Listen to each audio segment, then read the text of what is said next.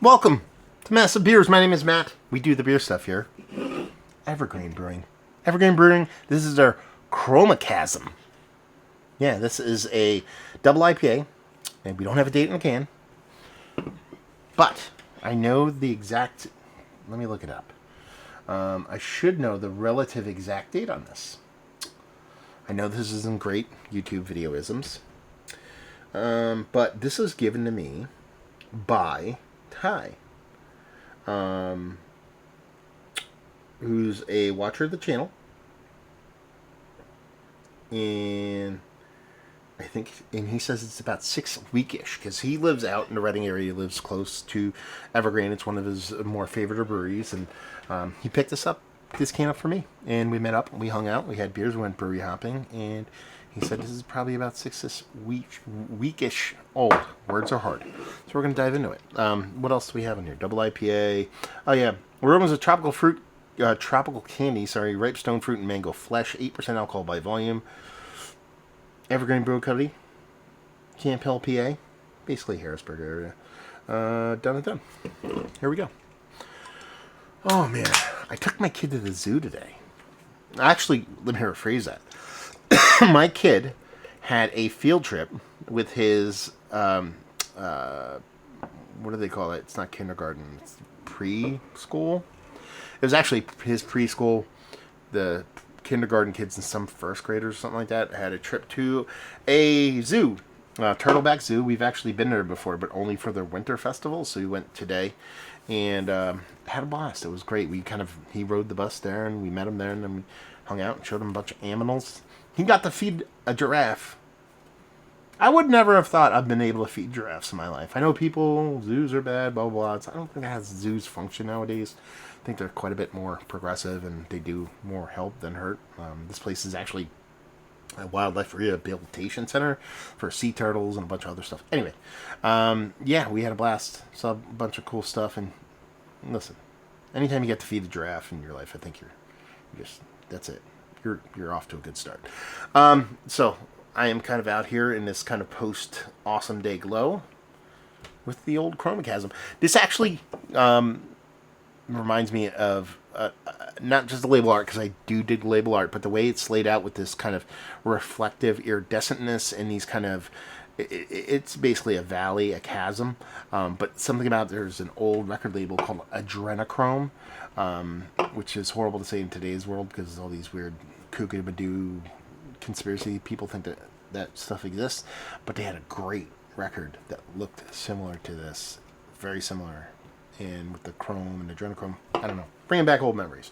Rambling is what it is.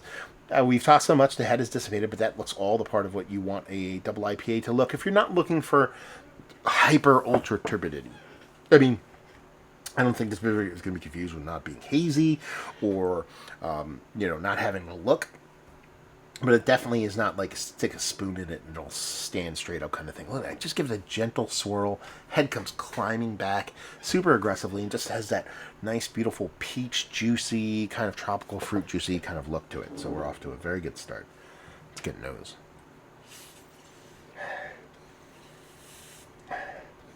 Nice nose. Nothing too hyper aggressive. I do want to... I should say this probably for next month in all my videos. I am, what's the word? Compromised nasally. There's so much pollen in the world right now that my nose is like, F all y'all. And in order to keep this studio cool without paying $1 billion in air conditioning, I just pop the windows open and I put a fan in there and let nature circulate, which pumps a lot of pollen in here. I clean it like mad. I have an air filter behind me. I have vacuums, and I have a lot of sensitive electronics. But yeah, especially when I come in here, my nose goes bonkers. So it could be more on me than the beer. But you're getting this nice tropical fruit medley, this nice kind of peachy, stone fruity thing, this little maybe subtle white grapey thing. What did they talk about on here? Tropical candy, okay. Stone fruit, sure. Mango flesh, fine, whatever. That's part of tropical fruit, if I'm going to put it that way. But it has this nice kind of, like, slightly underripened kind of fruit medley kind of thing going on. That's pretty much it. No precursor to a big bittering. No precursor to an overt kind of under-attenuated sweetness. Again, can't smell sweet. Can't smell bittering, but you can get those precursors of those things in there. It smells quite nice. Let's dive in. Cheers, y'all.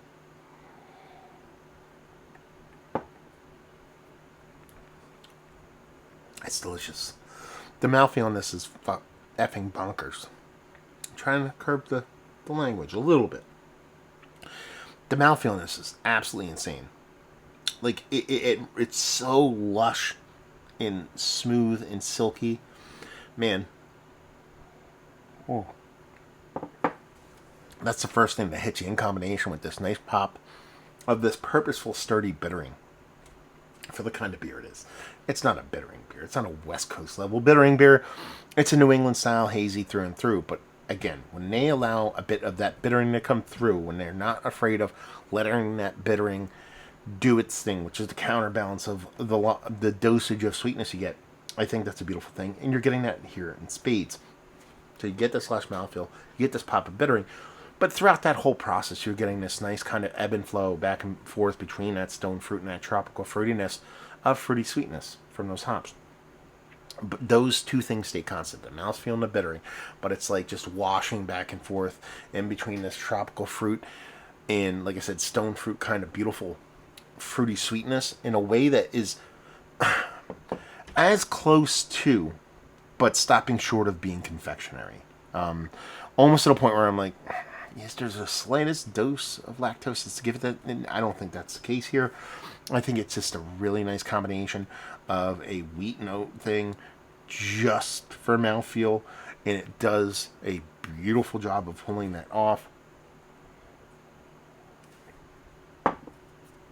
It's a really great double IPA, honestly. And, you know, it's no surprise here. I think Evergrain might be one of the more lesser celebrated, really great hazy IPA makers, especially because their distribution footprint is so large.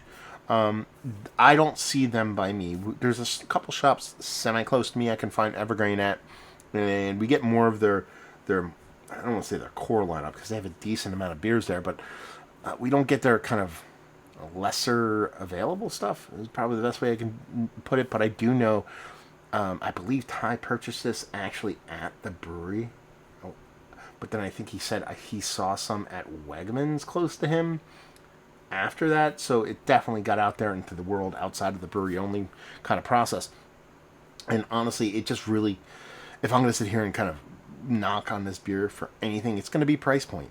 Honestly, that's it. You give this to me, at a double IPA 8%, this level of beer, I want it to be $16 to $18. I don't get angry at 20. I would have maybe 4 or 5 years ago, but the way the world works nowadays, even though hops are at an all-time low price-wise, like half of what they were pre-pandemic, not during the pandemic, half of what they were during the pre-pandemic. Malt's down, all that stuff. Sure, aluminum's up, labor is up, but there's a lot of costs also down. So you figure beer would follow that suit. I'm not going to sit here and kind of rail on that during this whatever, but I want this to be, in a perfect world, this is 18. Not perfect world, in a reasonable world, this is 18. But if I see this at $20 a 4-pack, and I pick up a 4-pack and I drink it and it's this, I'm not getting angry at it. Let's put it that way. And honestly, it just gives you that beautiful, again, that back and forth between vacillating. We always want to pull out the big words in the reviews. Vacillating between that tropical fruit, that stone fruit, in a way that, like I said, has that softness, that has a vibe of confectionery, a vibe of lactose, but is not that. Softer sweetness, not a sharp sweetness, is probably a better way to put it, while having that constant throughout the whole beer of that super bonkers, awesome mouthfeel, and the lushness, and the that sturdy bittering throughout the whole thing. Really great beer. You weren't lying, Ty. Let's put it that way. So there you go. I think that's all I have to say about it. It's really great. I would buy it. I'd buy that for $1 or 18 or 20. Yeah, Evergrain. Let's talk about it. Or this beer, Chromacasm. Rushmore status double IPA. It's worthy. I something about it makes me want to keep it off. Only because I think I've had like 4 ones that I would put above this in the past few months. It's worthy. It should be up there. Let's put it that way. Value and availability. That's the point here. I'm really curious to see what you paid for this, Ty. So let me know what it was cost. I want to say he said it was like $20. I want to say he said it was like maybe like $20 at a brewery. I could be confusing this with a different beer. Maybe this was $20 at a brewery, but it was $16 at Wegmans or something like that. I could be confusing that with something else. But anyway, let me know what you paid for it and leave you with, or anybody else out there, what you paid for it and leave you with. If you like what we like this, if you like double IPA, hazy IPAs. That's it. End of sentence. You will dig this. So there we go. Review in the books. Evergrain. Have you been to the brewery? I have. Have you had their beers? I have. Have you had this beer? I now have. Let's talk about it down there. What's your favorite Evergrain beer? All that fun stuff down there in the comments. Hopefully you enjoyed the review. Hopefully enjoying a little bit of Hazie double goodness right now. Hope to see you next time. Cheers, y'all.